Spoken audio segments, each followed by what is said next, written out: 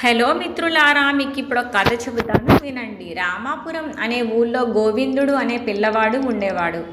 ఓ రోజు గోవిందుడిని వాళ్ళ నాన్న పిలిచి పక్క ఊర్లో ఉండే తన స్నేహితుడి ఇంటికి వెళ్ళమని, అతడు చిన్న పెట్టె ఇస్తాడని దాన్ని జాగ్రత్తగా తీసుకురావాలని చెప్పాడు. దాంతో గోవిందుడు తండ్రి చెప్పిన గుర్తుల ప్రకారం పక్క ఊళ్ళో ఉండే ఆ స్నేహితుడి ఇంటికి వెళ్ళాడు. ఆయన కొన్ని వస్తువులున్న పెట్టెను గోవిందుడి చేతికి ఇస్తూ, దారిలో దొంగలు ఉంటారు, ఇంటికి జాగ్రత్తగా తీసుకుని వెళ్ళు అని చెప్పాడు. ఇంటికి వచ్చే క్రమంలో గోవిందుడికి తన వెనకాల ఎవరో వస్తున్నట్లుగా అడుగుల చప్పుడు వినిపించింది. ఎవరో దొంగ తనని వెంబడిస్తున్నాడని తెలుసుకున్నాడు.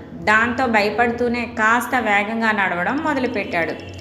ఆ అడుగుల చప్పుడు వేగం కూడా పెరిగేసరికి గోవిందుడికి ఏం చేయాలో పాలుపోలేదు. కొంత దూరం వెళ్ళేసరికి గోవిందుడికి ఓ నది కనిపించింది. దాన్ని చూడగానే అతడికి ఆలోచన వచ్చింది. వెంటనే నదికి కాస్త పక్కగా ఉన్న పొదల్లోకి తన దగ్గరున్న పెట్టెని విసిరేసి నది ఒడ్డు నిలబడి, నా పెట్టె నీళ్ళల్లో పడిపోయింది అంటూ గట్టిగా ఆడవడం మొదలుపెట్టాడు. గోవిందుడు వెనకాలే వస్తున్న దొంగ ఎలాగైనా ఆ పెట్టెని తీసుకోవాలనే ఉద్దేశంతో తాను తీసిస్తానంటూ నదిలోకి దూకి వెతకడం ప్రారంభించాడు.